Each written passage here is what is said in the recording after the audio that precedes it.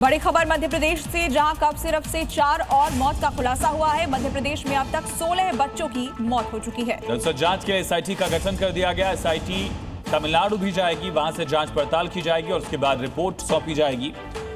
मध्य प्रदेश में अब तक 16 बच्चों की जान इस जहरीले कफ सिरप से जा चुकी है। एमपी के छिंदवाड़ा में स्वास्थ्य विभाग ने कोल्ड ड्रिफ्ट सहित कई दवाएं जब्त कर ली हैं, जबकि जबलपुर में सख्ती से जांच जारी है। दवाइयां इधर से उधर ना हो इसलिए सीलिंग की गई है। 16 सैंपल जांच के लिए भेजा गया था, जबकि 50 बोतल सीज की गई है। एमपी के स्वास्थ्य मंत्री राजेंद्र शुक्ल ने कहा कि किसी भी दोषी को बख्शा नहीं जाएगा। वहीं छत्तीसगढ़ की राजधानी रायपुर में भी सिरप का जहर देखा गया। एक बच्चे की मौत के बाद छत्तीसगढ़ में रिपोर्ट तैयार की जा रही है। Cough syrup Coldrif UP में पहले ही प्रतिबंधित किया जा चुका है।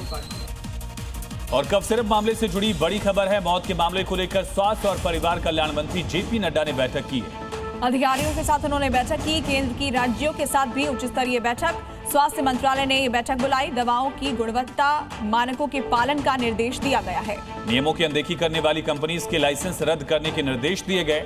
साथ ही खांसी की दवाइयों के तर्क संगत इस्तेमाल की नसीहत इस मौके पर दी गई। जहरीले कफ सिरप से मध्य प्रदेश और राजस्थान में 11 बच्चों की मौत के बाद दिल्ली सरकार अलर्ट मोड पर है। वहीं केंद्र सरकार ने जो एडवाइजरी जारी की उसे राजधानी दिल्ली में भी पूरी तरह से लागू करने के स्पष्ट निर्देश दिए गए, जिसके तहत अब 2 साल से कम उम्र के बच्चों को खांसी की दवा नहीं दी जाएगी। इसके साथ ही बाजार में एक खास कंपनी के कफ सिरप की खरीद पर पूरी तरह से रोक लगा दी गई। यह सब बच्चों की सेहत को बचाने के लिए किया गया। दरअसल मध्य प्रदेश और राजस्थान में कोल्ड ड्रिफ्ट कफ सिरप के सेवन से 11 बच्चों की जान चली गई। जांच में सामने आया कि सिरप से बच्चों की किडनी में गंभीर इन्फेक्शन हो गया था। इन घटनाओं के बाद कोल्ड ड्रिफ्ट कफ सिरप कांड में बड़ी कार्रवाई की गई। डॉक्टर प्रवीण सोनी और श्रीसन कंपनी के खिलाफ एफआईआर दर्ज की गई। डॉक्टर सोनी को गिरफ्तार कर लिया गया। एमपी के उप मुख्यमंत्री और स्वास्थ्य मंत्री राजेंद्र शुक्ल ने आरोपियों के खिलाफ कड़ी कार्रवाई की बात कही। वहीं यूपी के झांसी में बदमाशों से मुठभेड़ की खबर है। बदमाश के पैर में गोली लगी। चोरी के आरोप में फरार था। इसके 2 साथी पहले ही पकड़े जा चुके थे। 36 घंटे पहले 2 साथी गिरफ्तार किए गए थे और अब इसे भी गिरफ्तार किया गया है। झांसी से ये बड़ी खबर। 2 बदमाशों को यहां गिरफ्तार किया गया। और अब एक नजर राजधानी दिल्ली की 5 बड़ी खबरों पर। दिल्ली के प्रीतमपुरा में अखिल भारतीय ब्राह्मण सम्मेलन का आयोजन हुआ, जिसमें मुख्यमंत्री रेखा गुप्ता ने शिरकत की। समाज के योगदान को सराहा। कहा ब्राह्मण समाज हमेशा ज्ञान और धर्म के प्रचार में अग्रणी रहा। कार्यक्रम में दिल्ली सरकार के मंत्री रविंद्र इंद्राज भी मौजूद रहे, जिन्होंने ब्राह्मण समाज के लिए अलग बोर्ड बनाने की मांग की। मौके पर सांस्कृतिक प्रस्तुतियां हुई और समाज सेवा से जुड़े संकल्प लिए गए। दिल्ली पुलिस की क्राइम ब्रांच ने त्योहारी सीजन से पहले बड़ी कार्रवाई करते हुए राजधानी के अलग अलग इलाकों से 1645 किलो प्रतिबंधित पटाखे जब्त किए हैं। इस अभियान में कुल 6 आरोपियों को गिरफ्तार किया है, जो हरियाणा और यूपी से पटाखे लाकर दिल्ली में ऊंचे दामों पर बेचने की तैयारी में थे। ये कार्रवाई सुप्रीम कोर्ट के निर्देशों के तहत वायु प्रदूषण पर नियंत्रण और अवैध पटाखों की बिक्री रोकने के लिए की गई।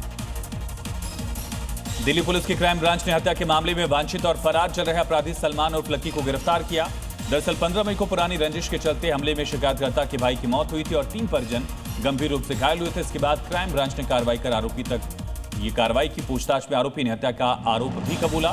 फिलहाल पुलिस उसके आपराधिक नेटवर्क की भी जांच कर रही है। नई दिल्ली में आयोजित वर्ल्ड पैरा एथलेटिक्स चैंपियनशिप 2025 में भारत ने शानदार प्रदर्शन किया। भारत ने रविवार को 3 रजत और 1 कांस्य पदक अपने नाम किए। सिमरन शर्मा, प्रीति पाल और नवदीप सिंह ने सिल्वर मेडल हासिल किए, जबकि संदीप ने कांस्य पदक जीता। आखिरी दिन जीते गए 4 पदकों के साथ भारत के कुल पदकों की संख्या 22 हो गई, जिसमें 6 गोल्ड, 9 सिल्वर और 7 कांस्य पदक शामिल हैं। ये चैंपियनशिप इतिहास में देश का अब तक का सर्वश्रेष्ठ प्रदर्शन है। वहीं दिल्ली पुलिस की क्राइम ब्रांच ने बड़ी कार्रवाई की। पुलिस ने एक हत्यारे और लुटेरे को हथियारों के साथ गिरफ्तार किया। आरोपी दीपक कुमार और संजय के पास से पिस्टल, देसी कट्टा, जिंदा कारतूस मिले हैं। दीपक 2023 में पैरोल पर रिहा होने के बाद से फरार था। उसके खिलाफ 9 केसेस दर्ज हैं, जिनमें 4 हत्याएं, 2 लूट, हथियार तस्करी, वाहन चोरी भी शामिल।